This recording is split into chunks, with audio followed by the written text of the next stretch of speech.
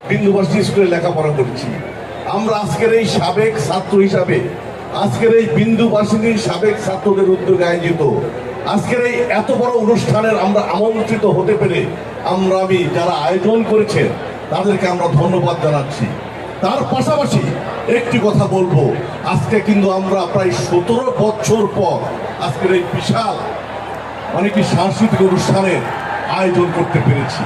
কারণ আপনারা জানেন যে গত 5ই আগস্ট একটি ছাত্র জনতার গণঅভ্যুত্থানের মাধ্যমে ইতিহাসের দণ্ড প্রতাপশালী দুঃশাসক স্বৈরাচারী ফাঁসি শেখ হাসিনা সরকারের পতন হয়েছে। প্রিয় সাথী, তারপর আমরা এই বাংলাদেশে একটি গণতান্ত্রিক ধারা শুরু হচ্ছে, সেই প্রক্রিয়া কিন্তু অলরেডি শুরু হয়ে গেছে। প্রিয় সাথী বন্ধুরা, আমি আমার বক্তব্য দীর্ঘায়িত করবো না।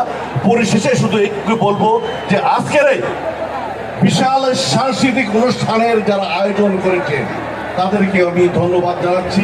তার পাশাপাশি সুলতান সালাউদ্দিন টুকু কেন্দ্রীয় নেতা, তার পৃষ্ঠপোষকতায় আজকের এই সাংস্কৃতিক অনুষ্ঠান অনুষ্ঠিত হচ্ছে, তাকেও আমরা বিন্দুবাসিনীর সাবেক এবং বর্তমান ছাত্রদের পক্ষ থেকে আমি ধন্যবাদ এবং শুভেচ্ছা জানিয়ে আমি আমার বক্তব্য শেষ করছি।